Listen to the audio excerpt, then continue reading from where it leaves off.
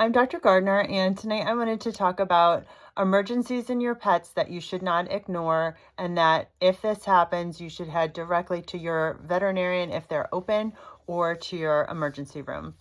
The first one is toxic ingestion. If you think your dog ate something that they shouldn't have, or you're sure that your dog ate something, on the way to the emergency room, you should call poison control. The second reason is if your dog has more than one seizure in 24 hours, or if your dog has a seizure that they don't seem to come out of.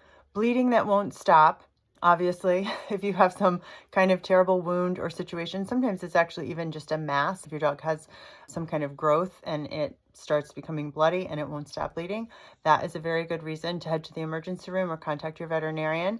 Another reason is vomiting with an additional sign. So just vomiting on its own, sometimes you can deal with that at home. But if you have vomiting plus lethargy, if you have vomiting plus a fever, if you have vomiting plus coughing really badly, something like that. So vomiting plus another symptom is usually not so good, especially vomiting and lethargy, not good.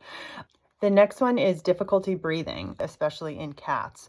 So if you notice that your dog is really having trouble breathing, or you notice a rapid breathing rate in your cat, that is definitely something you should immediately go to the emergency room for, or contact your veterinarian if they're open and talk to them. The next one is dog versus other animal fight situation. So it can be dog that got into it with another dog, it can be dog that got into it with a cat.